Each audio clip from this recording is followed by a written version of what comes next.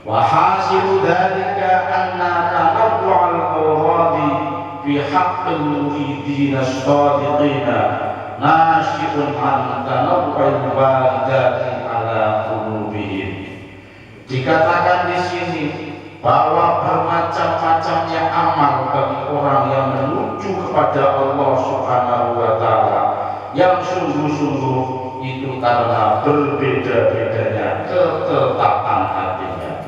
Suatu ketika yang ditetapi ini, suatu ketika lain yang itu bermacam-macam, ada yang banyak macamnya, ada yang sedikit, malah ada yang itu saja, misalnya hanya Allah saja dan sebagainya. Maka juga ada cara yang banyak, ada juga cara yang sedikit. Amal itu ibaratnya seperti makanan. Tiap makanan ada vitamin-vitamin yang terkandung di dalamnya, dan satu sama lain di antara berjenis-jenis makanan itu vitaminnya juga bermacam-macam, alias tidak sama. Amal yang banyak dengan sendirinya vitaminnya juga banyak dan bermacam-macam, dan bermacam-macam pula manfaat bagi yang memakan makanan itu.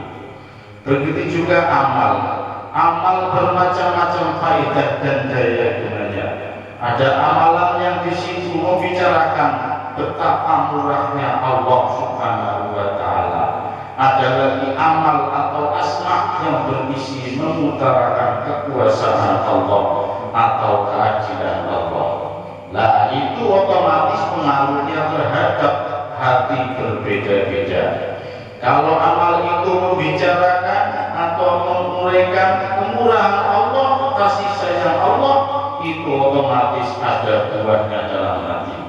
Kalau ingat bahwa Tuhan senantiasa mengetahui keadaan kita, otomatis mempengaruhi diri kita. Kita menjadi senantiasa takut, tidak berani berkutik, dan sebagainya, dan sebagainya. Ada amalan yang hanya ingat ke satu macam saja, tapi sekalipun hanya satu macam, tapi sudah meliputi segala segi. Dari jenis-jenis yang lain, umpamanya hanya Allah, sekalipun hanya satu macam Allah, Tuhan otomatis Maha Tahu, Maha Kuasa, Maha Kasih Sayang, Maha. Dus satu asma saja sudah mencakup bermacam-macam juga.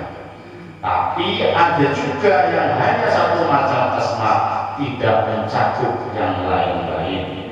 Misalnya Al-Qadir otomatis kuasa, belas kasihan tidak termasuk di situ. Jadi mudahnya kembali kepada pengajian. Orang yang beribadah atau mengabdikan diri kepada Allah itu dengan bermacam-macam amalan dan cara. Nah, bermacam-macam amalan itu dikarenakan bermacam-macamnya desakan atau dorongan yang berpengaruh di dalam hati. Hati kerentek begini, kerentek begitu. Lah, hati yang begitu itu karena dari Allah Subhanahu wa taala yang di sini disebut wahidun ilahiyun atau fadl dari Allah Subhanahu wa taala. Jadi dorongan dalam hati begini begitu karena memang dari Allah Subhanahu wa taala harus diikuti. Misalnya pada suatu ketika tergerak terbanyak ya syafi'al khalqi shollat wa salam saja, dan pada lain kesempatan faghfiru ilallah dan lainnya Allahumma ya wahidu. Nah, itu supaya diperbanyak dan ditingkatkan nilainya. Mungkin ada lagi yang ingin memperbanyak semuanya, itu juga harus dilaksanakan sebaik-baiknya.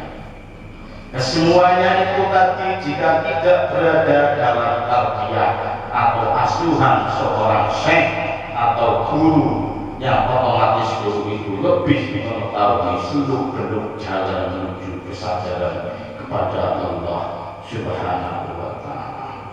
Beliau seorang kamil yang sudah berpengalaman mengalami liku-likunya perjalanan menuju kesadaran kepada Allah Subhanahu wa Ta'ala. Ibaratnya seorang dokter betul-betul menguasai jenis-jenis penyakit si pasien dan mengetahui dengan tepat obat apa yang cocok untuk menyembuhkan si pasien. Terus jadi kalau tidak berada di bawah asuhan seorang guru yang sempurna dan menyempurnakan, apa yang tergerak di dalam hati itulah yang harus diikuti dan dilaksanakan. Tapi kalau berada di bawah asuhan guru yang kamil mukamil, harus 100% tunduk mengikuti petunjuk guru, sekalipun mungkin petunjuk itu berlawanan dengan kehendak di dalam hati. Seorang yang kamil mukamil dapat ditandai dalam lahiriahnya. Seorang guru yang sempurna dan mampu menyempurnakan orang lain, mampu mengantarkan sadar kepada Allah, bisa ditandai dalam lahiriahnya, yaitu antara lain bidang syariat beliau sempurna, konsekuen, tidak ada cacatnya. Hubungan dalam masyarakat beliau tidak mengecewakan. Hubungan soal lahiriahnya juga tidak mengecewakan. Itu lahiriah beliau.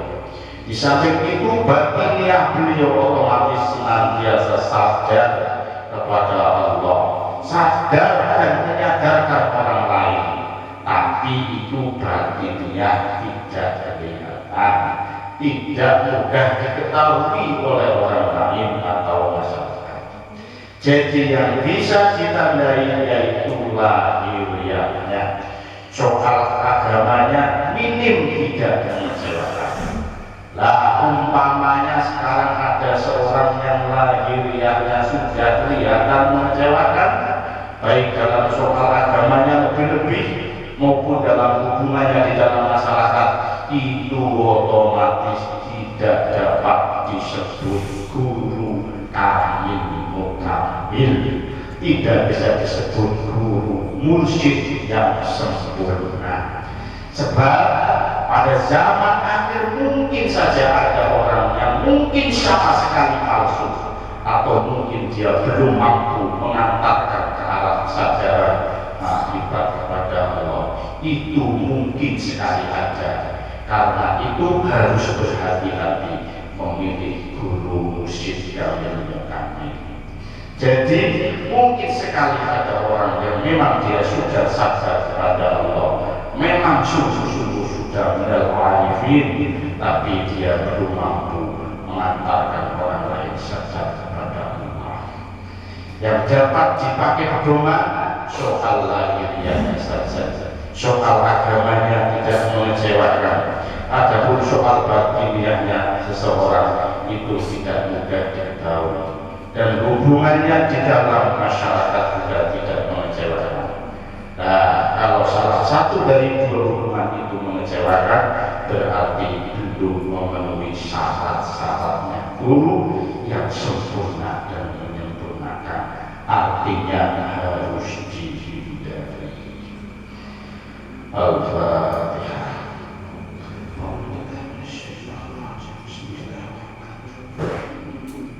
Iya,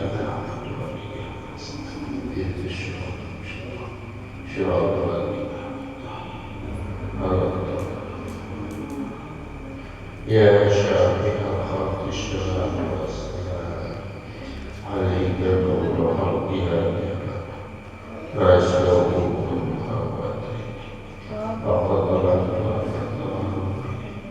wa laysa li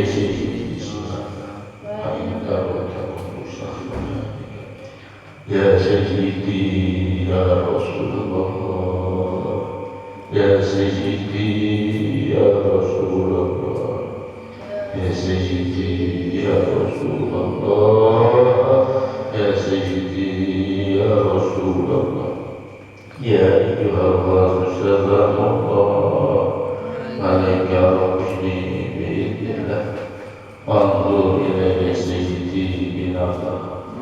مرسلة بالخطة